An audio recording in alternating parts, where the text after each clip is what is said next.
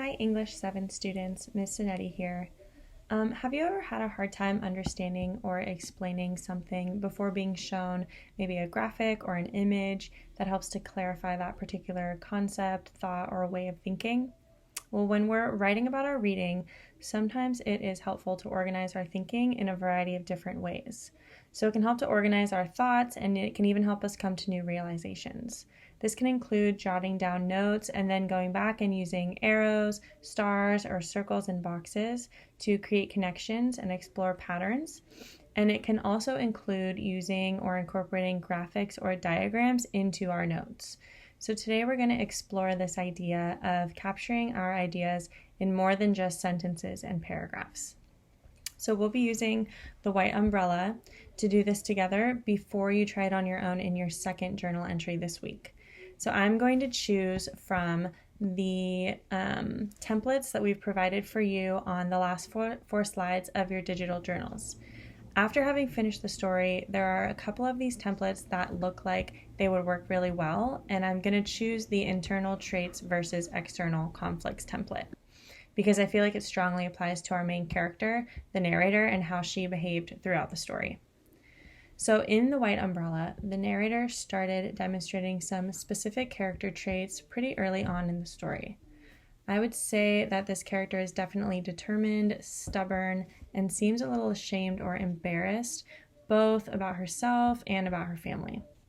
So one of the things that happened to her that directly conflict with these character traits is when Miss Crossman is trying to persuade the narrator and her sister to come inside and wait for their mother. But the narrator is much too stubborn and insists that their mother will be there any minute. She says this even though she admits to herself and to the reader that their mother has been, quote, at least 20 minutes late every week since she started working. So she refuses to change her mind, even when later in the story it starts pouring down rain to the point of her being soaking wet and shivering. Her stubbornness in this moment is in direct conflict with both Miss Crossman's hospitality and even with the weather. So additional events in the story further conflict with the character's traits of shame and embarrassment. She really cares what other people think about her and about her family.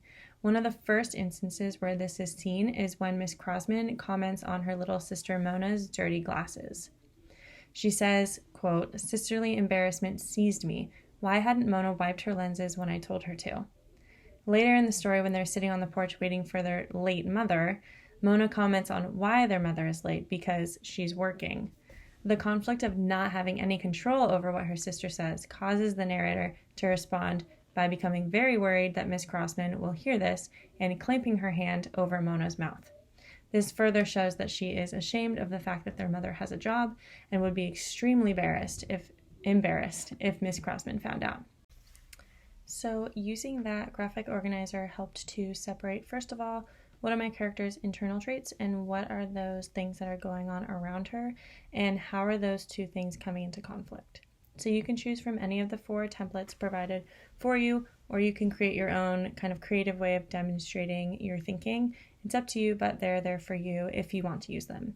So after you've done a little more reading, your second journal entry should really demonstrate a different way of thinking about your book, whether you're comparing characters, tracking character development, creating a timeline of events, maybe using a Venn diagram, or noting some instances of cause and effect. Each one should include a write-up to explain your thinking further, including evidence, and you can refer to the teacher journal for our example if you are having trouble getting started. So we're looking forward to seeing how you are all thinking about your reading. English 7 out.